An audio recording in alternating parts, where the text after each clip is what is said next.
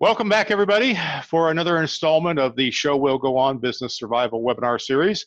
I'm your host, Tom Stimson, and I will be with you again today. For those of you who don't know me, I've been in the AV industry for about 35 years, probably longer if you, well, actually, I think my first freelance gig as a stage technician, paying gig was probably in 1978, so somebody else do the math for me. I'll remind everybody here, we have two boxes that you can work from. There's a Q&A box that you can ask questions for during the show. There's a chat box where you can select a chat to all attendees. Give a shout out wherever it is you're hailing in from. I won't be able to keep up with the chat during the webinar, but I will go back to the Q&A box and answer any questions. So post a question at any time. I'm happy to try and answer them. And let's see. And here we go. All right. This webinar series is being supported by Avixa. Big shout out and thanks to the good folks of Avixa for supporting the live event community. Visit avixa.org. They're offering, there's a free membership level. And right now at the free membership level, you get a lot of access to training on through June 12th. So sign up for the free basic membership and do that. They have an online community discussion this Friday. After every one of these webinars, I'll share you the link to how to get to that as well. Plus, you will receive an email invitation to join that. And I want to point out that Avixa had worked with the U.S. Travel Association, which is a lobbying body, to help get the professional AV live events industry included in the travel industry's allocation of funds for CARES. So when CARES is really delivering and working, hopefully that's going to play in our favor in having available funds. All right, as always, there's lots of stuff to share. I'll make a lot of time for Q&A. I'll answer questions until my voice runs out. But first I want to start with a quick recap of things that we've learned last week. The CARES Act. For those of you in the US, and I'm sorry for all the international folks because this doesn't apply to you, but hopefully you have some version of small business support where you are. Our PPP applications, which is the loan that covers payroll and is calculated based on payroll, and some portion of which will be forgivable. This is the one that everybody's talking about. These started to be available to apply for last Friday, depending on your bank. Here it is Wednesday. A lot of banks still haven't opened up their sites yet for doing this. I bank at Comerica, still nothing from them. Other banks, Wells Fargo's went up and they took it back down again because they were overwhelmed with requests. So take a look at that. It is a rocky start, but give it time to get organized and the funds will eventually come. So go ahead and keep working on getting your application across there. It's a great way to take care of furloughed employees if that's what you choose to do. You can recall layoff employees because you have to have a certain number of people that were employed as of a certain date. Look at all those rules and everything. I'm not going to be the expert on that here. I'm just going to tell you that I'm reading the same communications that you're reading, and it is, yes, confusing. We need clarification on the borrowing and forgiveness formulas in this. CPAs, banks, everybody's confused about this. That's part of what's holding things up. The SBA is being a little bit slow to clarify. It's moving at the speed of government, which is not surprising. We know that at a minimum, employers will not be able to have the part of their loan forgiven that pays for the federal taxes and Social Security portions of payroll. The payroll amount will be, the benefits amount will be, healthcare will be all included in the forgiveness policy, but the federal taxes won't. A lot more things that need to be clarified in all of this. We expect more money for this program. Stay tuned. It's ongoing. It's happening. I got a question here. Are we aware of any special consideration that is given to the travel industry versus businesses that are not in the travel industry? My understanding is there was a certain amount of funds that was earmarked specifically for the travel industry because it was earliest hit. Now, whether the lending organizations have the ability to distinguish between who's in the travel industry and who's not, I do not know. But my understanding is the intention there is that there were funds set aside for that. I think at the end of the day, it's going to be difficult for politicians to let this fund run out. Um, if everybody's meeting criteria and there's more demand, I suspect they're going to find a way to extend it. Again, we need to stay tuned. Now, if you're in airplane mode and you don't feel like you're bringing back employees, and I talked about it last week, consider, it might be in your best interest as a business person not to bring them back, even though part of that would be forgiven. That's still money out of pocket you're going to have to spend. Sometimes, depending on what state you're in, their unemployment benefits may be better than what you can offer on a short-term recall, but you could still qualify for the loan based on that volume level of payroll.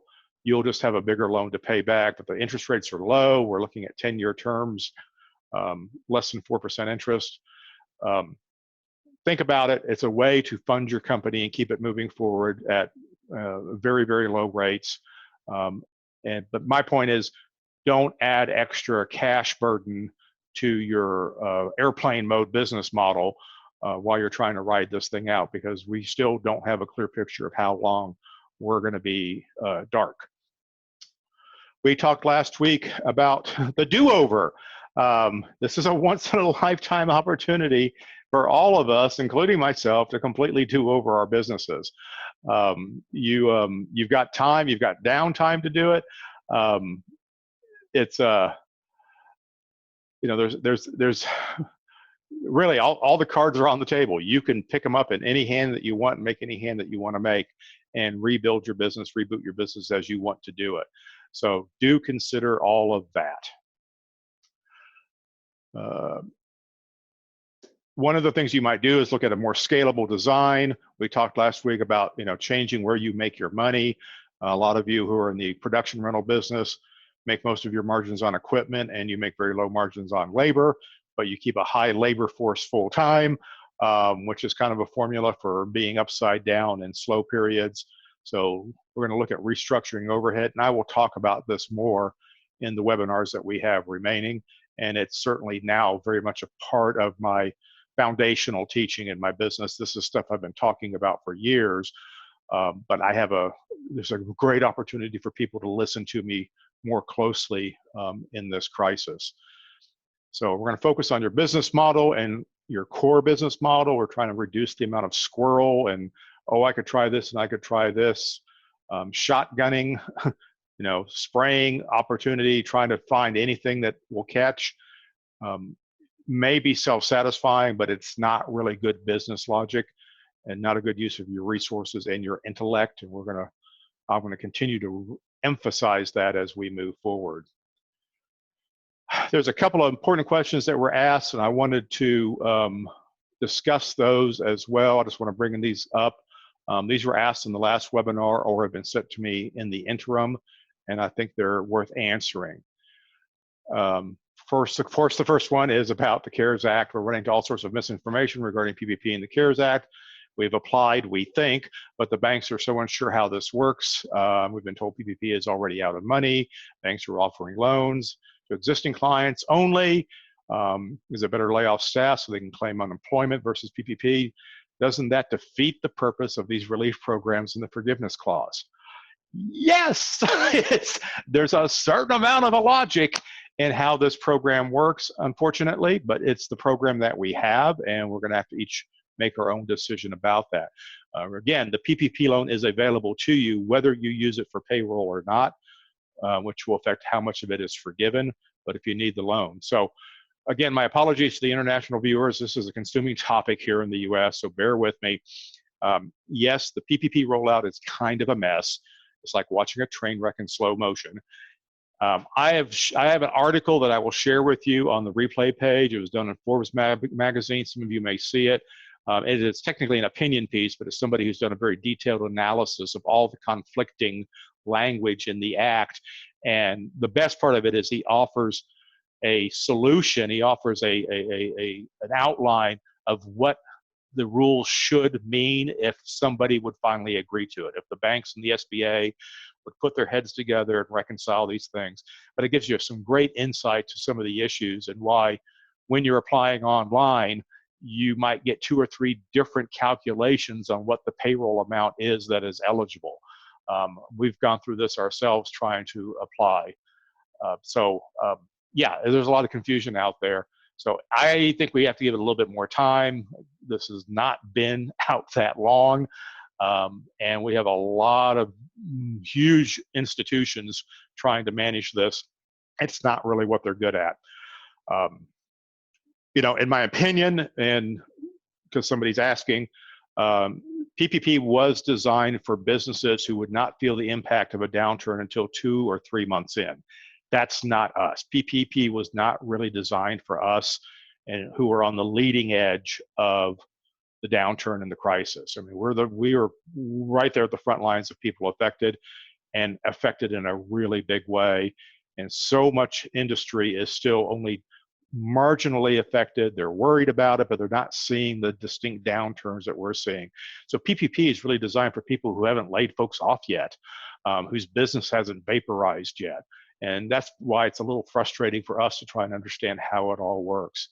So in the end, I think legislature will move to get more money in there and make it more logical for us, and those mandates will be there. I think everybody's trying to do the right thing. We're just gonna have to be patient on this. So I talked last week about, changing, how you make margins, and the comment was made, how can you address it? Can you address the sales psychology of raising labor prices and lowering gear? Because that's what I'm saying. Charge more for labor, charge less for gear. Your business will be more scalable. Just do the math.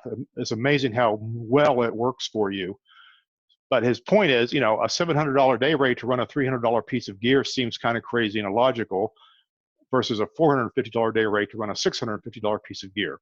Well, this is almost exactly the change in ratios that we're looking at here. Think of it this way. You hire a plumber to come to your house for $125 an hour to use a $10 tool to install a $3 part. Okay? We need to think about our business differently. What you do in terms of people is far more valuable than we're giving it credit for.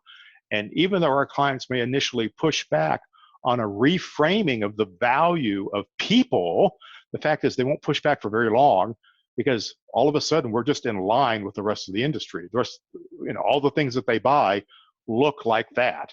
So I think we will find, and everybody that I've helped raise their labor rates over the past several years have all universally come back and said the pushback from their clients was surprisingly a non-issue. Try it. Anyway, so in this model, I want you to keep in mind that you're going to need a deeper labor pool to do this. What I'm talking about is staffing fewer people, fewer technical staff on your business, and relying more on a freelance market to support that, which means that you're going to be buying from a competitive market, which means you need to be a really good buyer of freelance labor. You want freelancers who want to work for you. Now, the good news is, as a kind of a labor guy here, this is good for the gig economy. These are good for the gig people. They're going to get better rates, better treatment, better terms, better support, perhaps even benefits out of all of this that will make what they do more sustainable, which will help all of us, believe me. And it will help all the markets where you feel like you don't have a very talented labor pool to pull from, when in fact, you're just simply not spending enough money to get the talent that is in your labor pool. And changing the way you do labor rates is going to help you get there. Okay, another recap question. Do you think there is going to be some pent-up demand and some companies will fail, leaving less supply? All right. This is my opinion, right? And there's a certain amount of conjecture here because we won't know until it happens. But in my experience, meetings don't have pent-up demand.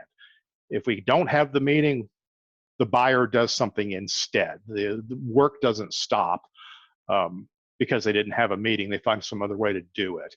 So the users will accommodate and move on. The pent-up demand right now is for online meetings because, one, the customer doesn't know how to do it yet. And honestly, neither do we.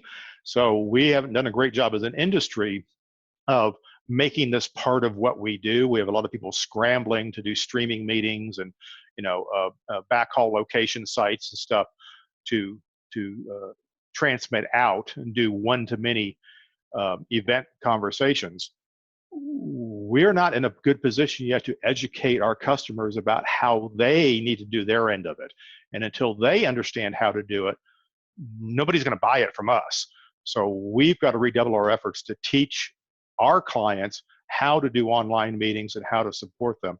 And from all the disaster stories I'm hearing about people having meetings on Zoom, and some of them are pretty funny, clearly there are some professionals who do live events for a living who might want to step in and share what they know.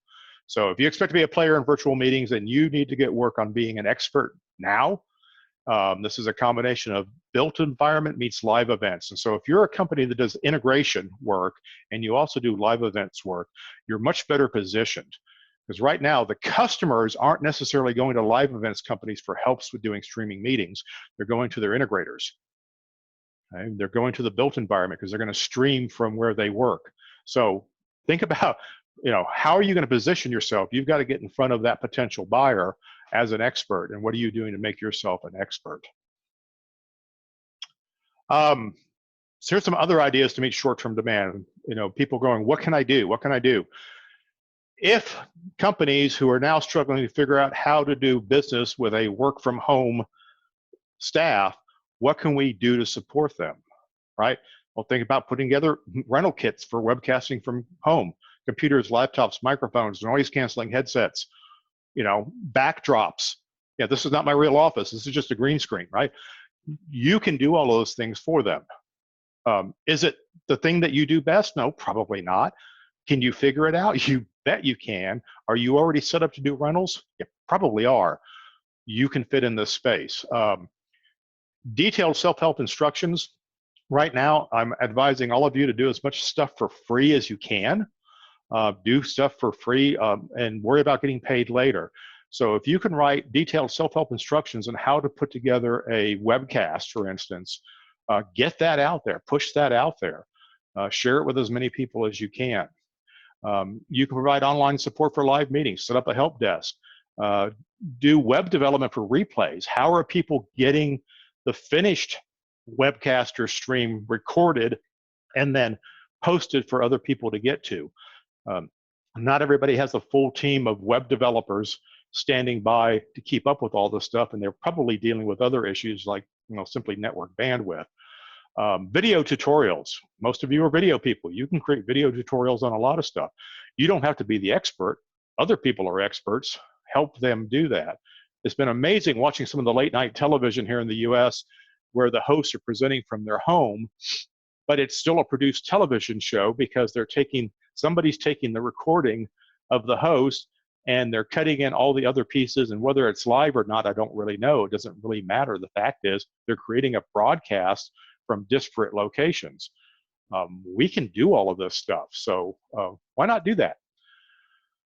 Another recap question here. It looks like I'm not to receive payments from an exhibit house. They may go out of business, not sure. Should I go to the end user customer for payments since I've already have a relationship with them? So many of you might be in this situation where you have somebody, a middleman, who owes you money, and you're tempted to go to their customer to try and get payment.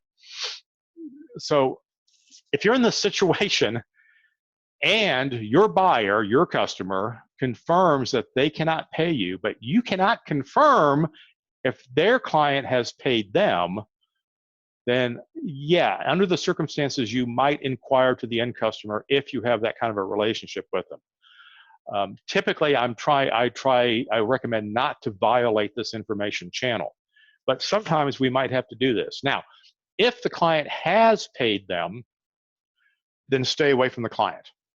If the client says, hey, yeah, we paid them, everything's closed out, thank them for the information, and it's no longer their problem. It's now your problem. It's between you and your buyer. If you try and put this back into the customer's lap, it will blow up in your face. And I have a horrible story about getting, pardon the expression, screwed out of a bunch of money back in the 80s during that recession when companies were going out of business. And I was caught in that exact same position, and I eventually went to the end customer and said, look, your contractor is not paying me, and I've installed this product into your facility, and I either need access to come remove it out and repossess it, or you guys need to pay me. And yeah, let's just say it didn't go very, very well. All right, let me pause here and see if there's any of the stuff that's questions here that should be answered right now.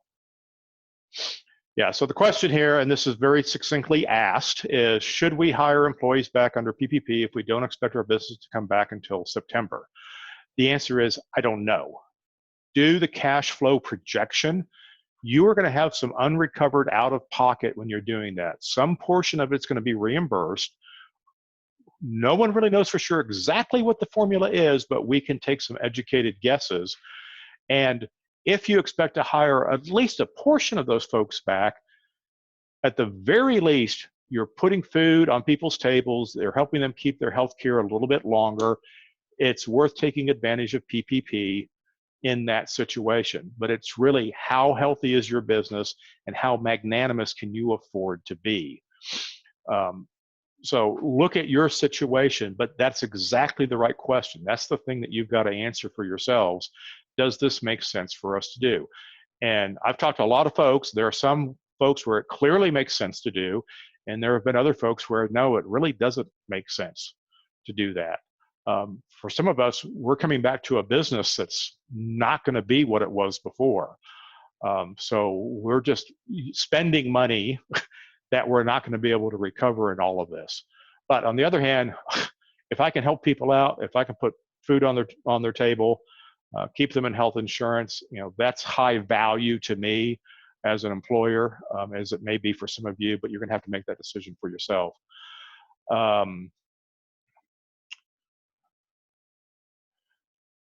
Here, some hotels are booking for June 1st. Is that a good sign for us? No. Hotels will book anything that anybody wants to book because they get their money from bookings. So that's not a great leading indicator yet. But a good leading indicator would be we're out of quarantine, people are back to work, and there are people on airplanes. There will be people on airplanes traveling again, staying in hotels again, just before our business starts to come back. But our business won't come back in a big way until that's been in place, probably for 6, 8, 12 weeks. So yeah, some hotels booking June 1, that's probably an isolated incident. We're gonna have to wait and see. Somebody pointed out that PPP is down to 1% for 2 years with a 6-month deferral. I've seen multiple variations on that. I don't know what the truth is, but thank you for that. Treasury guidance has been between 0.5% and 1%, which is what the banks pay, in which they can't make money on a 2% loan. So that's where the battle has been just a bit. So dropping that rate down to that is probably why some of the banks like Wells Fargo have not been very responsive to this, because their lending power is diminished, because they're not going to make any money on these loans, and they're not known for being magnanimous. All right, let's see. Here's a good question, and I'll answer this. It's politically charged, but how do we rely on freelance labor pool in California with AB5 gig worker law? I hate to tell you this, folks. That is the precursor. That is the future. I really do believe that's the future. That's the law that is obviously needs to be in place just about everywhere. They should all be W-2 employees. This is not new. I've been saying this for 20 years. So was it poorly implemented? Was it difficult? Is it problematic in California? You bet it is, but it's problematic because we have not built our businesses to value that labor and price that labor accordingly. This is what I'm telling you. So AB5, yeah, people are upset with it right now. Is it coming for the rest of us? You bet it is. Let's see.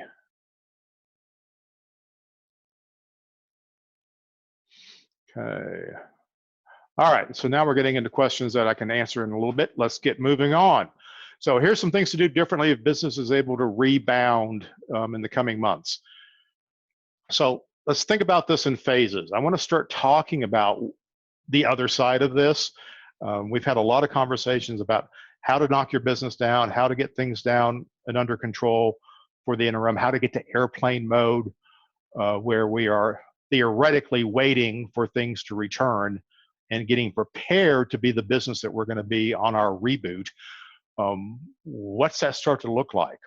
So yeah, hotel activity is probably a good indicator that something might be happening, but the projects that you already have communications with might be down the road. If you have business that's set for this fall or the end of the year, when they start communicating again, you need to be prepared. You need to not be surprised that they suddenly start to communicate and respond very quickly. So think about that. New inquiries are going to focus on timing and costs.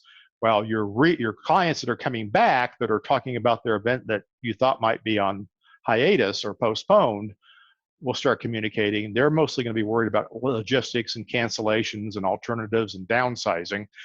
New inquiries are going to focus a lot on, how quickly do they have to make a decision? What are the costs going to be relative to that? And we're going to talk about more of that here in just a little bit. You're going to have some early price shoppers and all of that. That's going to be an awkward and potentially defensive situation on both sides. Be prepared for it so that you don't start out defensive. Again, that's why we're going to talk about some of the things I'm going to talk about later in this webinar. Everybody's going to be much more concerned about cancellation risks. They've all taken a huge hit trying to work with their hotels and venues and getting their events postponed and or canceled. So it's probably going to be in the first 5 minutes of every conversation.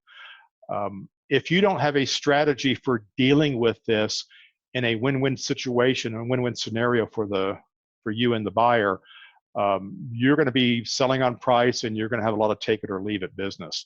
So let's start getting mentally prepared for that. The landscape that we're going to deal with is going to be differently competitive. Okay, I'm going to talk a lot about, today and going forward about not living in the past. We're going to have to let go of some stuff that we've taken for granted, that we assumed was normal, that everybody should logically follow, when in fact it's stuff we made up. It's stuff that evolved. And trust me, I've been around for 35 years. I've watched us evolve from, a dry hire piece rental box sale industry to something that's doing fully integrated multi-million-dollar events. And we didn't always change our business model along the way. So we're going to talk about that a lot. So there's going to be a new competitive landscape. It's going to be made up of people who, on one hand, want to preserve their pricing and their models, maybe with a few modifications. And then there's going to be companies who are willing to price aggressively and grab market share. Are you going to try and preserve the status quo with some modifications? Are you going to aggressively go after market share? Or are you going to be in the middle ground? And you're going to have to make a decision about this. You can't play all three pools. Or you can, but that would probably be the fourth scenario, and it's not a good one. So middle ground often becomes two immovable objects and being stuck in the middle of two immovable objects. And that's not the middle ground that we want to be on. So we might be tempted to choose that, or we might try and make a clear connection between the old way so that buyers understand the new way. If we could show them where we were and where we are now and how it benefits them, that's going to get you a lot more traction and talking about it. So here's the problem. If you compare the old way and with new, it does invite compromise anchored in the old way. So, well, we've raised our labor rates, but we've also increased our discount, so it evens out. What you just given that customer is 3 negotiating points they didn't have before, right? So we have to find the right way to present it. If you try and test customer response, then you're going to lose too many opportunities and too quickly, and you can't afford to lose opportunities coming out on your reboot. So we want to make sure that we have our story straight and it's logical and that we believe it ourselves. And in negotiations, the goal of both parties is to negotiate from a position of strength. Neither party is going to be all that powerful when we restart. So when both parties realize that they don't have a position of strength, they're either going to try and hide it, or it's going to make the conversation very awkward. So we just need to be aware of what's going on here. Middle ground between two immovable objects is probably our worst case scenario. So if I'm going to be in the middle ground, I want to learn how to leverage it. You know, great deals are made in that intersect between what the customer wants and what the seller wants. So we need to understand what those things are. You want money in your hand, you want security, and you don't want to return deposits. Right now, almost everybody I've talked to in the past month had a deposit that they had to face the discussion about returning a deposit to a customer because they didn't have the right framing for that money in order to justify keeping it. So we wanted to figure out how it's worth the customer's while to give you money and why it's worth your while to accept it and make that work for both sides. This is going to come down to making a lot of really strong choices on things like pricing and terms.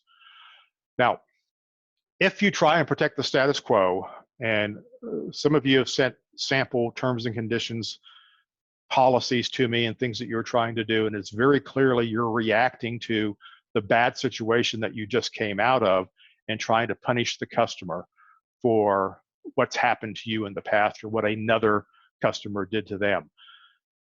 That's going to backfire very, very quickly because there's going to be people out there that are going to be thinking more creatively than that, and they're going to make you look bad. So be very careful about not protecting the status quo, but again, finding that common ground that's going to help everybody. So if your terms and conditions are very, very, very self-serving, you're going to get a lot of pushback. Clients read through that. The worst case is they won't even tell you that they've read through it. They're just going to disengage and move on because they think that you're being disingenuous. Instead, we want to focus on mutually beneficial terms. That means protecting the customer's interest and yours. It's okay to talk about them in the same breath. And where these interests intersect, you're going to have relationships that start to grow. And you will find more and more things that you have common ground on. And as many of those points as you can touch, the stronger relationships you're going to develop coming out during your reboot. Percentage deposits based on a percentage of revenue are weak. They are susceptible to recall. They are susceptible to negotiation. We've got to get away from them. It doesn't mean that we don't use a percentage of something, but we're going to connect it to something that's a little bit more tangible or understandable. Now, here's a general position on pricing and terms as you're thinking about how you're going to go to market in your reboot. Okay. We have to put the customer first. We want to reduce the cash at risk for the customer by requiring smaller payments. Asking a customer for 50% up front 3 months before your event, or even 3 weeks for your event, has no basis in logic other than the fact that you need money to run your company and you want to make it harder for them to cancel or change suppliers. Those serve you well, but it doesn't really do anything for the customer except to guarantee that you will be available for them. We can do that with less money. We need to reduce how much money they have at risk and show them how that benefits them.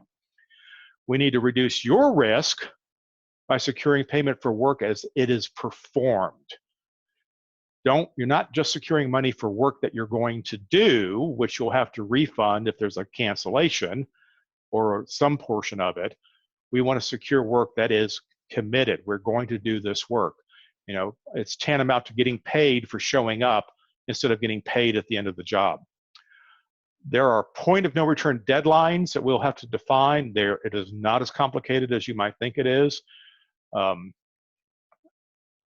the customer typically will always have the ability to cancel in the way that I'm going to present it to you without incurring additional costs. We can make all the deposits you receive non-refundable if we frame them correctly. Right? So in general, the seller should never have to issue a refund if you follow my methodology and logic and adapt it to your unique situation.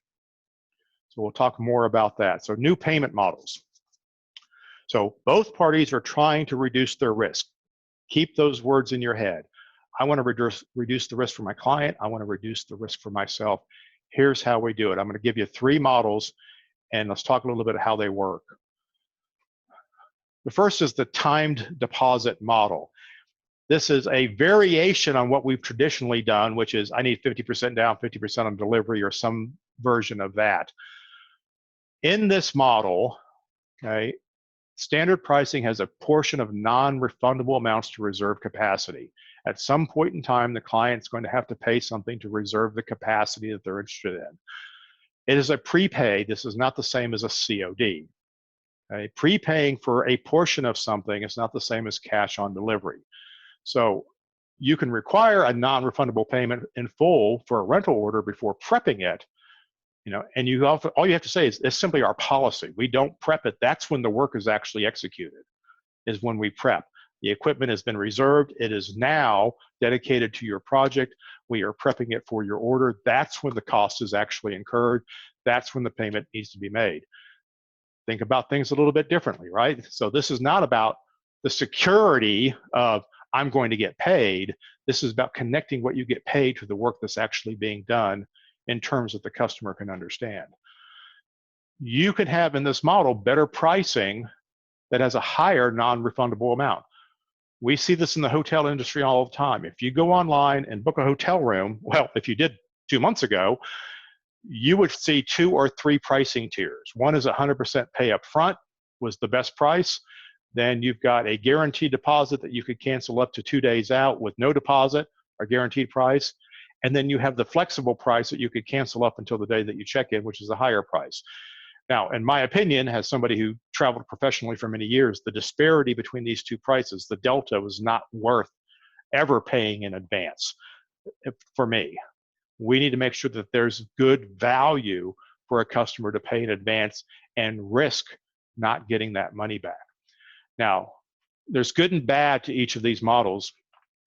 In this model, you do get advanced cash flow. It's not as much as you would have gotten in the past, but it is less arguable and it is non-refundable. The bad is this is not going to appeal to insecure buyers. This is not going to appeal to people who do not trust you. Right? So it's going to be very important that your credibility precedes you when you have these conversations. You do have to stay on top of this. You do have to be consistent. And I know from experience that salespeople really hate managing payments and invoices and asking for money. They just want to say yes, yes, yes, yes, yes. Good for them, except that in this model, somebody has to make sure that this happens. So it may increase the amount of admin or accounting responsibilities that you have to make sure that this model keeps working and you don't have a customer slipping through the cracks. As soon as you have a customer slip through the cracks, the model's busted. That means another one's going to, another one's going to. You have to have discipline here. And then someone will always argue for a refund if the money doesn't correlate to the work done. So you have to pick the right correlation to work being done. If it's, hey, we're ready, the job is pulled, we're ready to load the truck, or this is the time when the truck is going to leave, pick a time and period that correlates to the value of the work being done that customers can understand. Okay. Folks, feel free to keep posting Q&A questions. If you're posting stuff in the chat, I'm not going to see it until we're done. But if you have a question that you've posted in chat, go back, find it, cut and paste it, and drop it in the Q&A so I can get to it. Okay, next model. This is the pay-as-you-go model. Okay. In this model, we break the project into each value-added component. Stay with me here. The customer will make go or no-go decisions by making payments along the way. So in this model, doing a capabilities pitch where you have to do a custom design for a speculative project, that pitch would have a fee. This is what you've been asking for years, but here's a model where it works.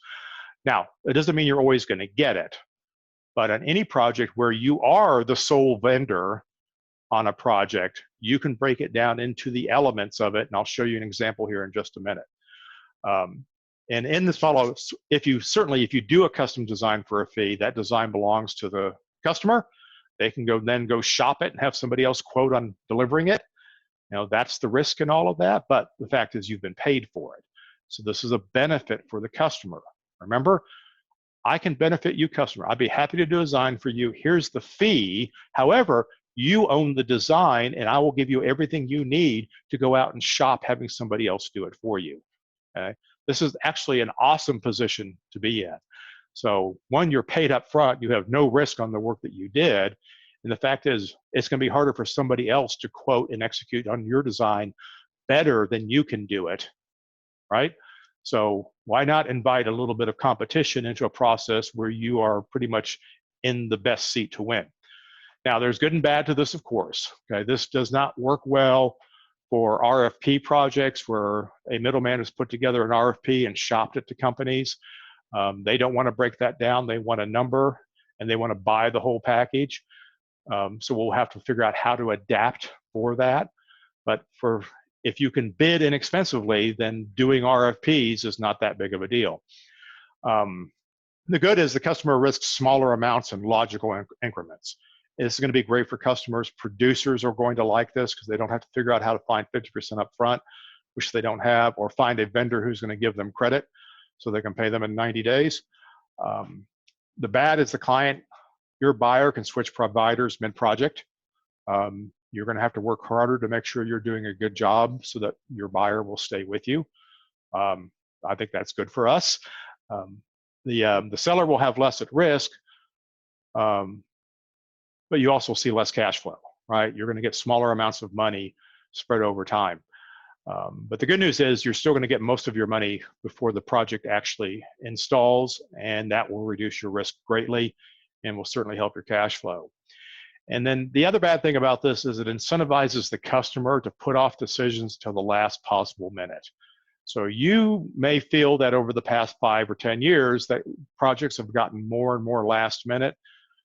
Customers are waiting much too long before asking you to do something extremely complex.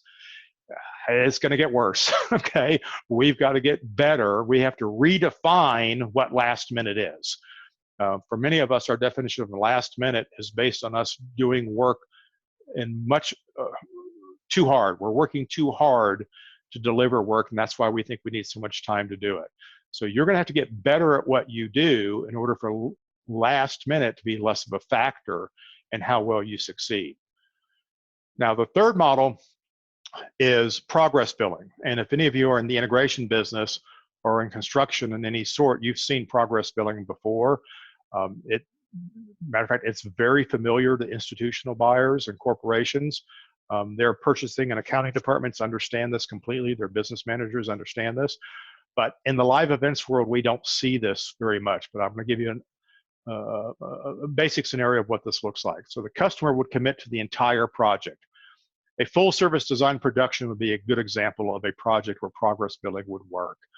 They commit to the full project and they pay as you go. You bill at each stage as it's completed, pretty much like an agency would do. So we complete design, here's your bill. We start project management, here's half the bill. We end project management, here's half the bill. Right? We produce a video, here's a bill. We generate slides, here's a bill. So it becomes a billing entity. So there's a lot of business going on when you do this. Typically, both parties will continually audit each other, and it's generally written into the contracts that there's a constant communication between the two business managers for these projects. And there's usually a percent holdback, 5 or 10% of the project is held back until there's a final sign off. And sometimes all of this money will be put in escrow so that the money is there. The seller can't the buyer can't withhold it from you, and the seller can't take it without the escrow agent releasing it. And the escrow agent will settle those disputes and say, no, the work was completed, you signed off, I released the 10%, that's the rules. So you don't get caught up in, does the buyer have a cash flow problem and they're withholding payment? So progress billing sounds a little complex, and it's very different from what we're used to seeing in the live events world. But again, it's a very common, very useful. It's a little legalistic. It takes a lot of administration to do it. It does hold up extremely well in conflict resolution. And again, you can use an escrow model to help mediate payments. It's very, very low risk. Now, I'm going to give you an example pay-as-you-go policy here. And I will remember to put a copy of this on the replay page so that you can look at this in more detail. Though I know half of you are taking your phone out or taking a screenshot right now. Take a picture of it. So a pay-as-you-go policy for a production rental job where we're doing equipment and labor, probably some project management into this. We break it into its components like I talked about. And I made a list of your components may be different, but they might be similar to this. So just bear with me. So we break it up into its components and when that work starts relative to the project delivery. So here we have a show that loads in on October 5th, and we're putting together the design. We have system designs, maybe not creative design, but systems design, audio, video, lighting, rigging, staging that has to be put together. And that design consultation is a part of the project that you can put a fee on.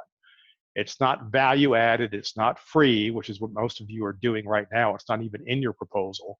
You just think it's what you do, like show prep. We're going to call it out, and we're going to have to put a number to it that says that the design consultation of this project is worth X. This is not more money. This is moving money around within the project. If the start date is for that, the payment would be due when you start. As you pay that fee 100% in advance. It's a non-refundable fee.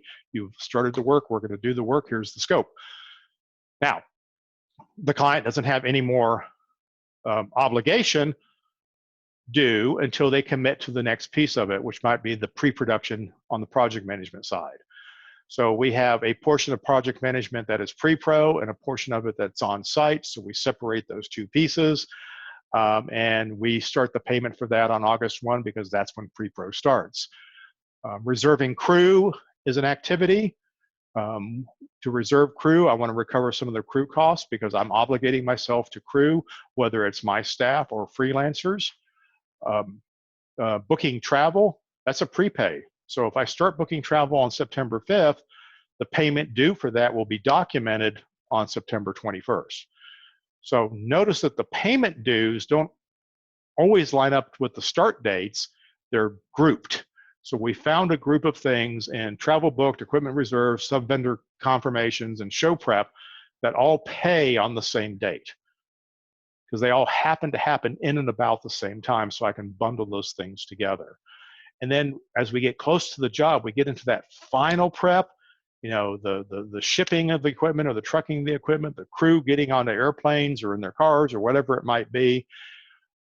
All of those things are paid before load-in in this model, in this particular example of that. And then you have to put in the line in there for on-site change orders because you will have them, right? And you have to say, how are those going to be handled? You will submit all change orders in 3 business days. They're expected to be paid in 2 weeks, right? Pretty straightforward. And change orders, you typically have the least amount of money at risk there. But you can take this, modify it any way that you want. I'll pause here for questions in just a second. Which system should you use? Well, it depends on the kind of business you are. Now, many of you have different aspects of your business. You might have some business that's rental, some business that's, small meetings, large meetings, creative events. Each one of them would have an appropriate payment system and cancellation method in there. So, COD and time deposits work great for dry hires and rental deliveries. Small events, certainly a time deposit would make sense because you're obligating people in that process. So as soon as we add people to it, we change our system because we want to make sure that we're covering the cost and risk of securing people for our customers. There's not a lot of risk in securing gear. It doesn't eat much, but people do. Shows and meetings obviously can lend itself to timed pay-as-you-go or progress billing. Full service creative is almost always going to be some form of progress billing.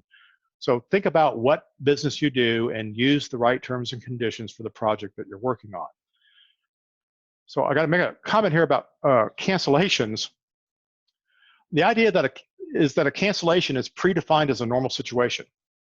We need to quit acting like cancellations are the problem. Cancellations are normal. Now, they may not be frequent, but they are normal. So it's a normal situation. You have to build it in there and not try and avoid it at any cost. Make it accessible so that both parties win in the event of a cancellation. Only progress billing will have a clause in there for cancellation, because in progress billing, you're committing to the entire project. There's usually a deferment clause in there that says, we can't finish the project because of X, we have to defer it to a later date. We often see this in construction projects where construction can be a moving target. There's always going to be force majeure clauses in there that says we can't move forward. We have to consider all of that as well. COD is not refundable because COD is typically collected at the last minute. So you've already committed all of the resources, and therefore COD is payment in full for work committed. Because the customer didn't use the work doesn't change the fact that you did the work. And so we're basically eliminating cancellations. We're basically saying sometimes we don't continue progressing forward on the project, in which case nothing really has to happen other than terminate the project because you're paid up to that point. So this is a big change in how we look at things, and I know there'll be some great questions about this. Let me see how many more slides I need to go before I talk about this. All right, I'm going to do 2 more slides and then we'll get to the questions here. All right, you have some future projects right now, or hopefully you do. Some of you do, I know, that are happening August, September, October, November, whatever it might be. Right now, when you have those conversations with your customers and you want to start converting them to a pay-as-you-go or progress billing policy, you want to get them out of that, well, I need 50% up front kind of thing, because right now nobody wants to give that to you. Look at your trigger dates. So look at what the last minute dates and start working backwards. So if this is a project where certain work has to happen and it takes at least 2 months prior for the project to do it, and it better really take 2 months, because if your competitor says it only takes a month, you're sunk. So you need to be very straight up about what it really realistically takes, and you can scale the pricing based on, if you pull the trigger 30 days out, it's going to cost X, but if you pull it 60 days out, it's going to cost Y, and if you pull it 90 days out, it costs Z, and show the client the advantage of committing earlier and trying to make the decision, but don't penalize them by taking away any option for a last minute confirmation, because you'll risk losing that client. They're going to go to somebody else who's going to be more than happy to accommodate them. So again, redefine last minute in your organization in order for this to work. You'll have stages, and then there are non-refundable deposits. And obviously you want to help the customer postpone their decision on the bulk of the cost, because that's where their biggest concern is. But you can get some cash flow for the work that you should be doing in advance, minimizing their risk and getting rid of your risk for that work being done.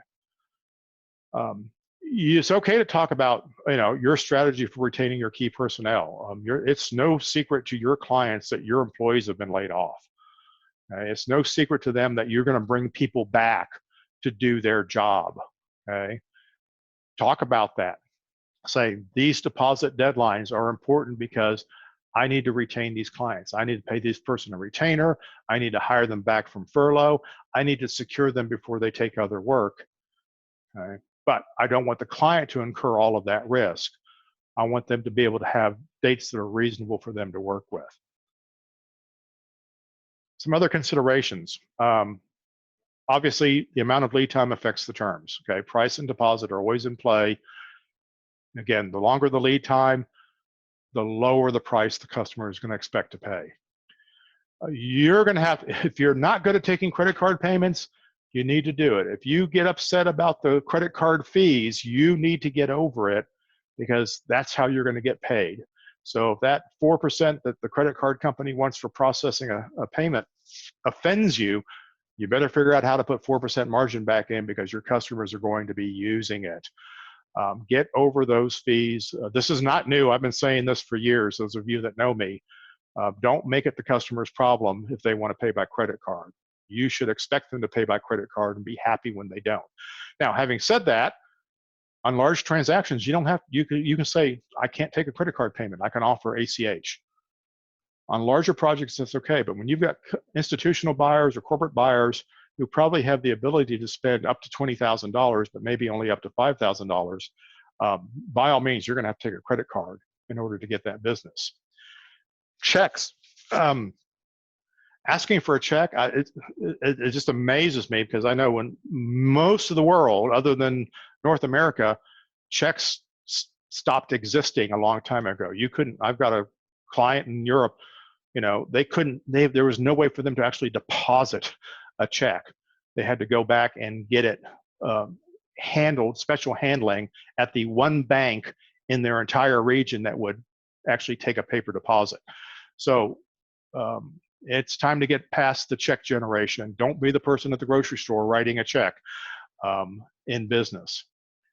Oh, good. We're up to the questions part just a second here. So next week, I'm gonna build on what we just talked about, and I'm gonna start talking about pricing. So I want to change your mindset about how we think about terms and conditions, how we think about cancellations, how do we get paid, and when do we get paid for projects. And then let's turn our attention to how can we price. Now, we don't know what our pricing is going to be, because we don't know when we're coming out, and we don't know what the circumstances are going to be. But we can be prepared with a better understanding and better management of the triggers that affect and the levers that affect pricing. So we'll explore that. That'll be fun. This is one of my favorite topics. So you'll see me in my element there, talking about dynamic pricing, seasonal pricing, and we're all in seasonal business. Very few of us have business year round. We need to understand this. It's become ever more important as your business scales back up during your reboot, because you can't afford to keep all those people on staff. So I'm going to answer a couple of questions. I'm going to make a few announcements, and I'm going to answer a bunch more questions. Okay, let's see where I left off here before. This is a comment. Well, this is a question, but why would anybody go to Invent until there's a vaccine? That's a dang good question. I'm going to be very disinclined to attend one until there's a vaccine. So a lot of us need to be realistic about when that could possibly be. All the more reason to understand how we can have alternative income streams. This is all part of that strategic information that we need to process to make decisions about what our business is going to be going forward. Okay, what's your take on deposits and payments made for large events that have been postponed or canceled? What's the best thing to tell them that they owe six-figure amounts and we don't have the cash available to give back? Okay. Well, the first thing, I talked about this in some earlier webinars, but I'll just recap. The first thing you need to do, if you've got a deposit in hand for a large project that's going to be postponed or canceled or retooled in some way, the first thing you need to do is take the formula I just described and go back and apply it to that deposit and see how much of it they've burned through. Then you've got a balance left over, which I know you don't have the cash on hand for. You've used that to run your company and it's gone. But you can go back to the client and say, hey, this is not cash we have on hand. However, I'm going to apply that cash to your future job. And maybe you give them a kicker. Maybe you apply an extra 25% of that. Give them a bonus for that, or give them basically a discount on the future job.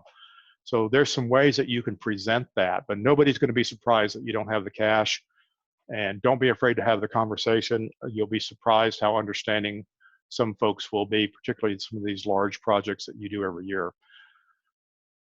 Another question. June 1 is when Cuomo says that Broadway will open back up. He pushed it back a month. That is good indicator for us. Broadway seating is tight. And do you agree that the indicator, if not pushed back, is more of a good one? Look, Governor Cuomo wants Broadway to reopen. I want Broadway to reopen. I've got a major client that desperately wants Broadway to reopen. But just like the restaurant industry, Broadway has a problem in that in order for Broadway to be profitable and in order for a restaurant to be profitable, they have to fill the restaurant. They have to fill the theater. They can't run it on a half-filled theater. A restaurant can't stay in business on half its seats filled with 6 feet between tables or 10 feet between tables. So really, until there's a vaccine, we have a lot of concerns about what businesses can come back. And I think more and more people are starting to understand how serious this might be for the service economy and for anything that involves public gatherings. So we have to figure this out. Yes, Microsoft announced that all events will be digital first through July of 2021. I think that happened last week. Do you think that's the start of a trend? Nobody's predicting trends at this point. We have nothing to base a trend on right now. It's an important data point in that they're being realistic about what's practical, but what they're also telling you is how large corporations work in terms of budgeting and how strategically they look at money. So that's not that far out. That's next year. So they're basically saying they can't foresee allocating funds for live meetings, which would be risky money, in the first half of next year. So I don't think it's a trend. I just think it's something that we're going to see more of. All the more reason we need to figure out how to monetize our businesses. Question here about considering a retainer system similar to what attorneys use.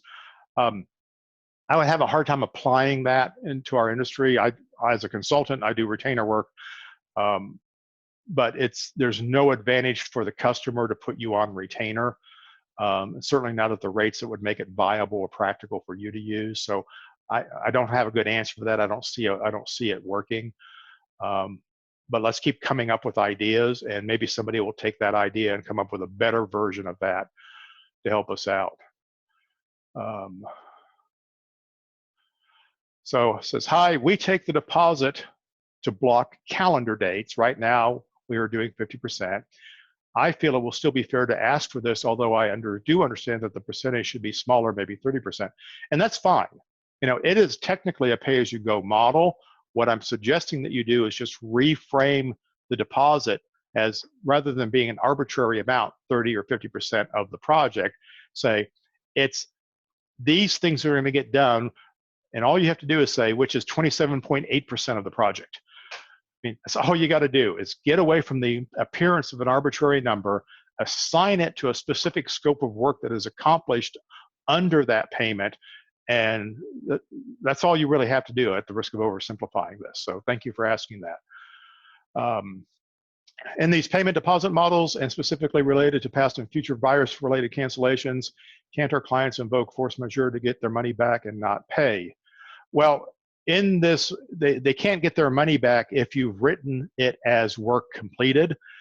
So that is not force majeure. The work has actually been conducted. And in virus-related cancels, there is a force majeure that is implied, that there's no way they could possibly have the event, so therefore they shouldn't have to pay. Unfortunately, they don't have to pay for the part that hasn't been done. We did not write our agreements wisely enough, and that's what I'm advocating. Now, obviously, we want maybe our attorney to slip the right word in there, put the right clause in there. All those things have to apply, but the concept is sound. It already exists in other industries. We need to get out of the business of holding other people's money. And when we receive money, we need it to be our money, which will help all of us sleep better at night. All right, I'm going to pause on the questions a little bit. I see there's quite a few more, but I need to make a couple of announcements here, and then I'll get back to answering questions.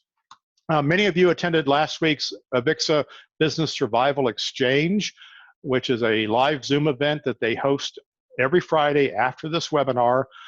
They do a recap of the webinar. They break out into breakout rooms on Zoom and do discussion groups and come back and report on this. I invite you all to participate this. The QR code will get you to the registration for that, or do avixa.org/business-survival, and we'll get you to that page as well. I will, of course, post this on the replay page so that you can get that. I suspect you will probably get an email from Avixa inviting you to do this. But take advantage. This is a chance for you to talk with your peers to learn more about how to process this information and what it actually means without me overshadowing your conversation. Hey, here's the webinar replay recording. I hope everybody who asked about it earlier is still on the call. Whip out your phone. Here's the QR code, or you can go to trstimson.com/webinar-replay-survival-series. And it's there. Last week's, I think there's 3 webinars up there right now. This one will be up usually within an hour after the event is over. It's a huge file to process, but by all means, come join us. I am still doing free 15-minute calls. I've had a couple today. Just use this QR code. Again, this link is on the webpage. It's on my email signature. It's all over the place. If you haven't scheduled your free 15-minute call, you want to check on, are you doing the right things, or you have some unanswered questions, or you just want to pick my brain privately, this is your opportunity to do it. I'm happy to have those if you haven't done one already. This is a heads up. We are looking at doing some peer groups. I'll talk about this more next week. But if you want to find out about what that means, you can email me and I'll have a conversation with you about it. This is going to be for business owners. We're going to put you in groups of maybe about 10 people. It's 8 weeks of repositioning your business, getting ready for your reboot, supporting each other, helping each other process this information. We're much smarter together than we are in our little individual bubbles.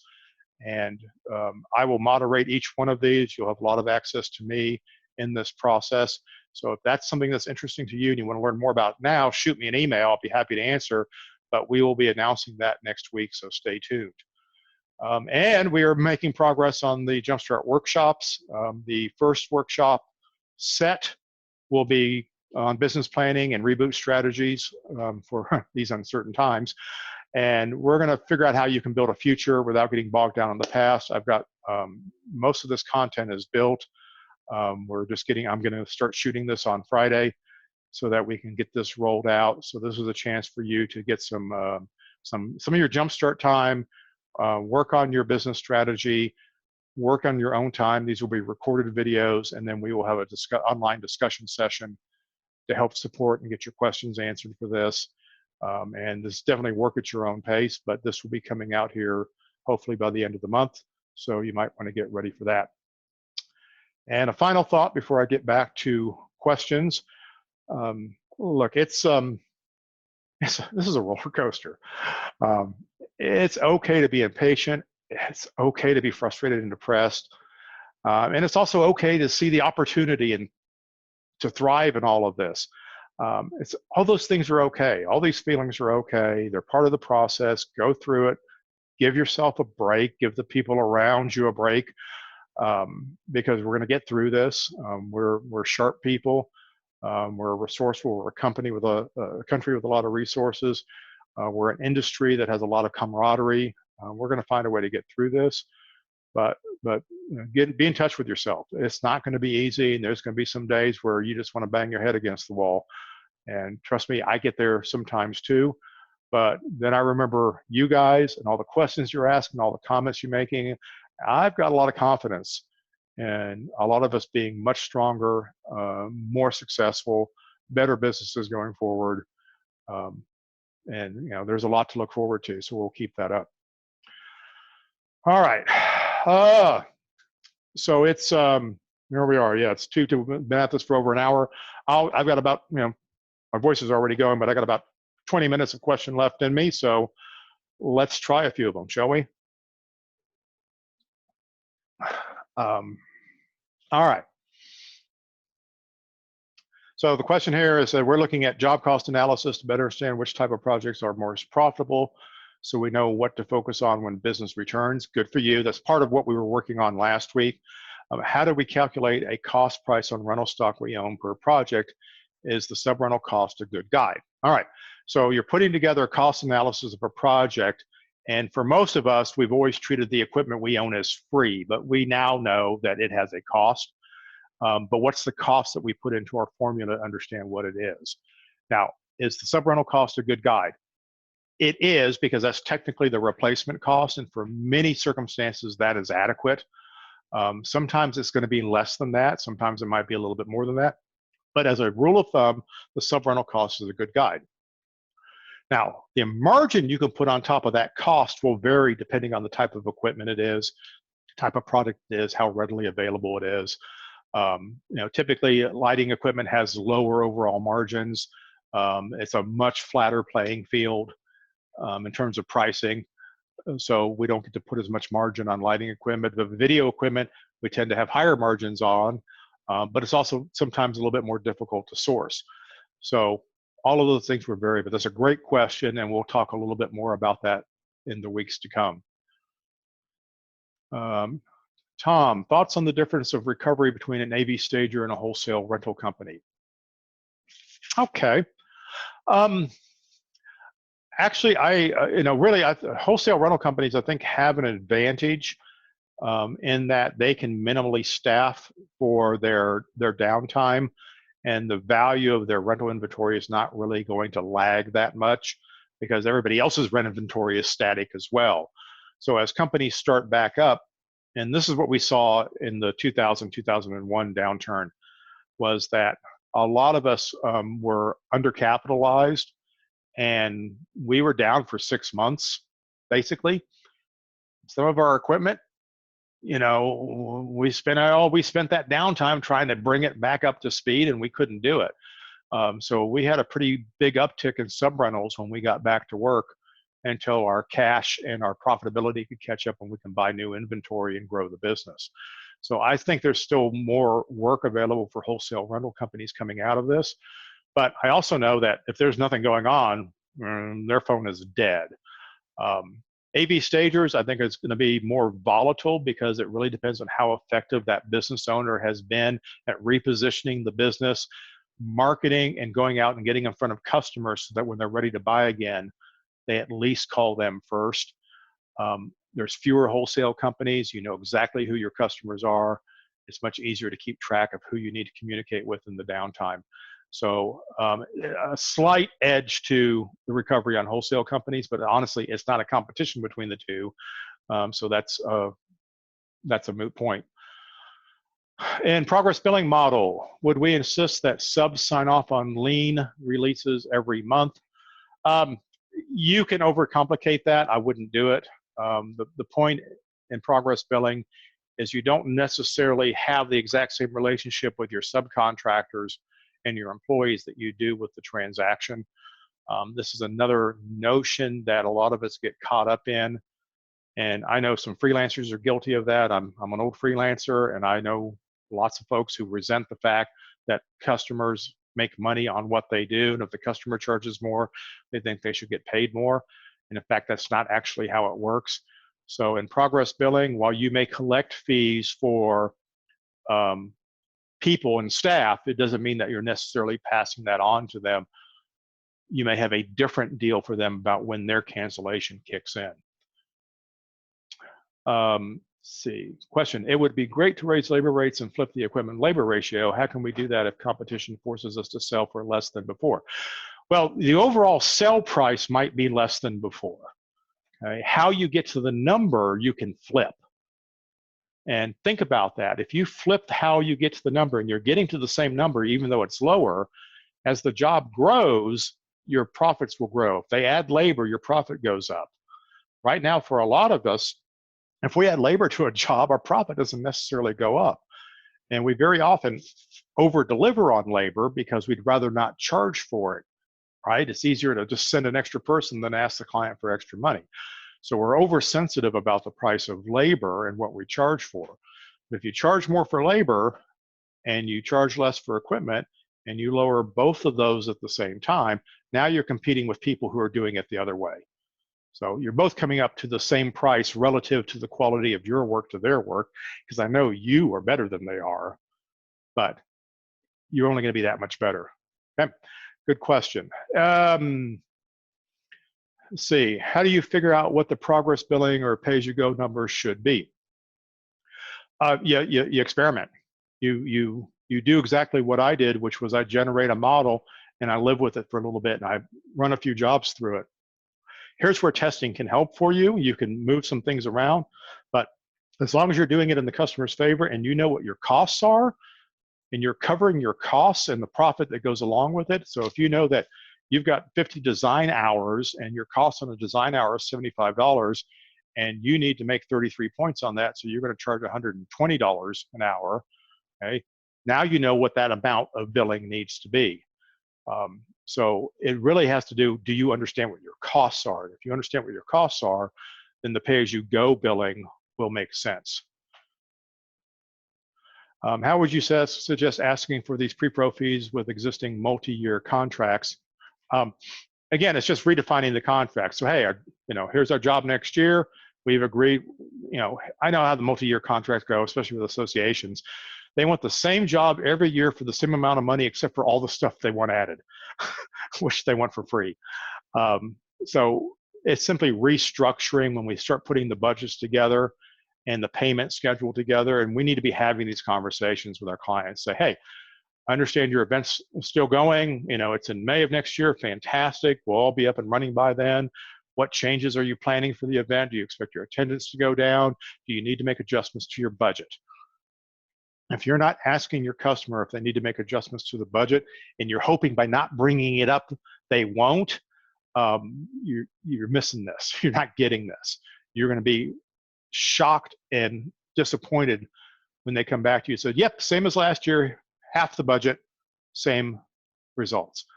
So start having that conversation, and so that you can start making the trade-offs.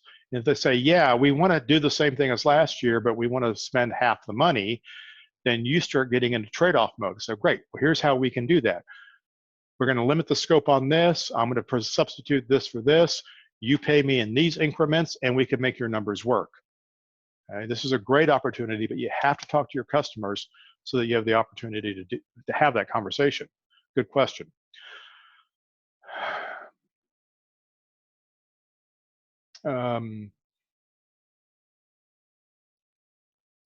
What about retainers for our creative and consulting work we do, the design, yeah, so design and such side of things.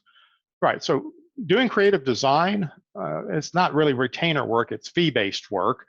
There's a scope of work. We're going to generate a design. You have this many opportunities to revise the design, or there's a bucket of hours that you go into, which we could technically call a retainer. I don't understand what would be different about that, other than I'm saying there's a non-refundable portion that you want to get back. So if I'm going to do a bucket of retainer, the idea is the client's going to pay me for a bucket of hours, and then I'm going to use the hours and report back to them what they were paying. Customers aren't going to want to do that. They aren't going to give you a bucket of money and have you draw down on it. They're going to set aside a bucket of budget and let you bill into it. All I'm suggesting is you bill in increments that make sense in advance. So the client says, hey, I've set aside 100 hours at $100 an hour to do this work. Then you say, great, first installment is for 25 hours, and you send them a bill for 25 hours. And once it's paid, you get started. And this is just the way that you do business. So they're minimizing risk by making sure that you are tied into the project. You're minimizing risk by knowing that your costs are covered as you move the work forward. Let's see. How can you bill for design preparation work for a recurring annual event when the customer is saying just bring the same kit as last year? Well, there is no design, except you just put it into a different ballroom, so you have to do a new technical design. So that is a design. There is prep, regardless of it being the same thing last year. There's a lot of work you have to do, right?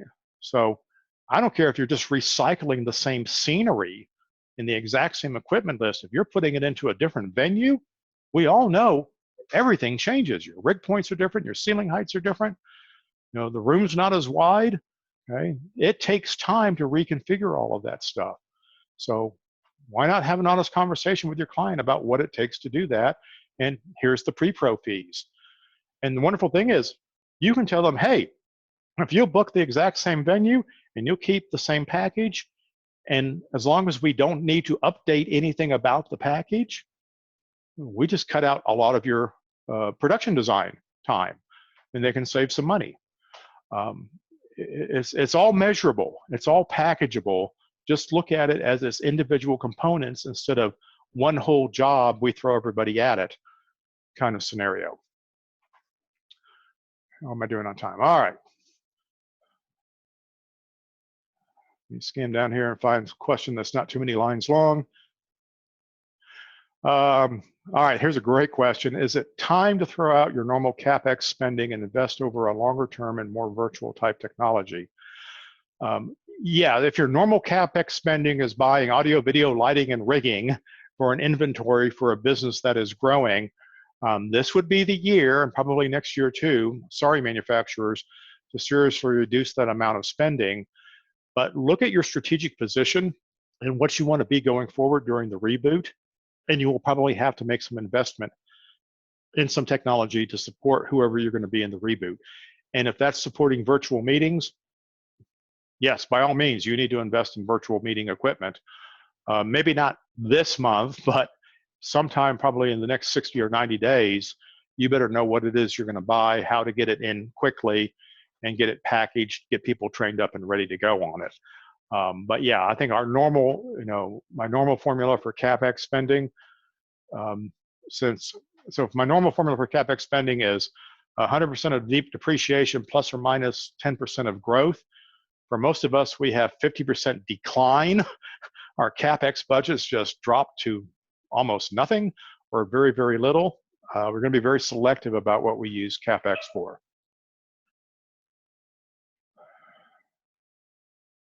I'm going to reframe this question about how do I think that sub-rental pricing is going to be coming back? Is it going to be high? Is it going to be competitive?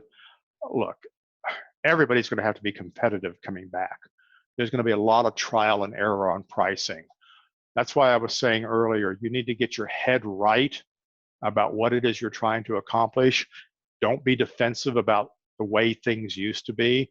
And that's one reason why I want to put the peer groups together, because I think you need peers to help you get there to that spot where you're no longer resenting things that you cannot control, which is the fact that we have a marketplace where there's a lot more supply than there's going to be demand, and it is going to affect your pricing.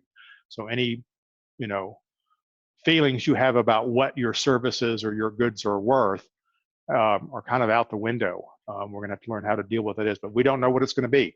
We will start to learn this on the fly. All the more reason to get your head around dynamic pricing, which as long as you know what your costs are, and granted, if sub-rentals are down, your costs are down of your owned equipment, you will learn how to be competitive very, very quickly.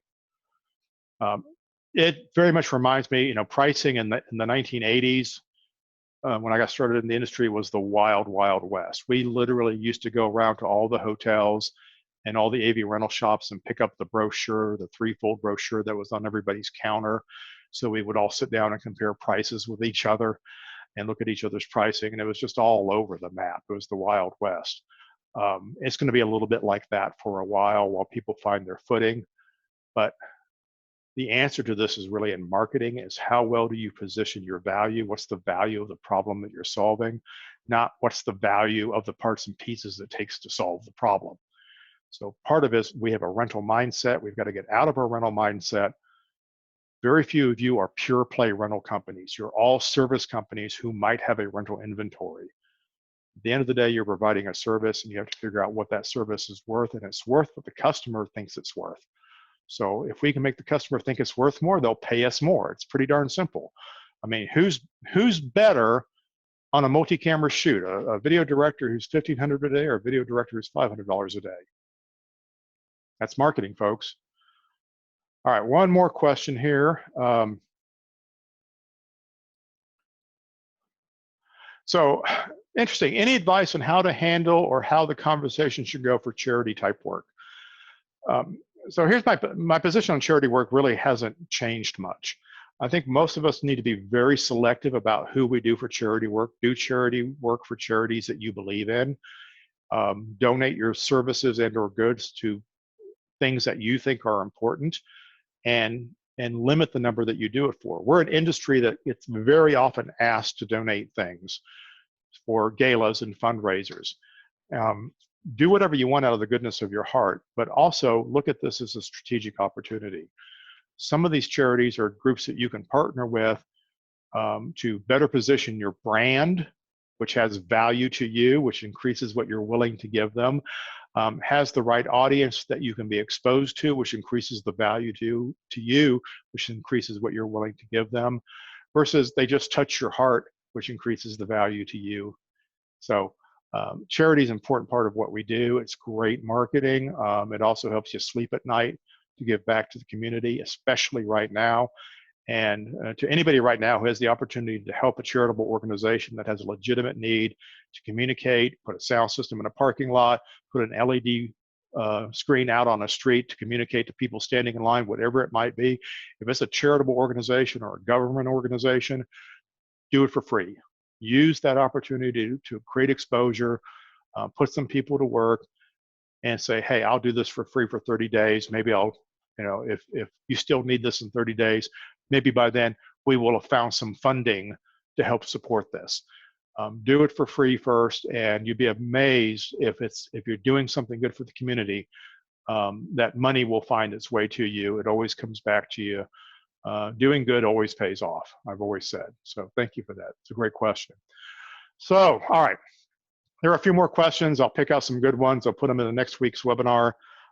I will upload everything to the website, the webpage this afternoon, plus share any links and other things that I talked about, including all the QR codes, or at least the links that were there, so that you can get all of this stuff. I can't thank you guys enough for your support and your encouragement, the kind words, the helpful criticisms, and even that rare flaming email tells me I'm on the right track. So thank you for the feedback. Thank you for being here. Help each other out. Keep your chin up. We're going to get through this. If not, we're all going to have really nice sound systems in our backyards when this is all done. So hang in there. If you need a call, reach out to me. I'm happy to talk. Good luck, everybody. Be well.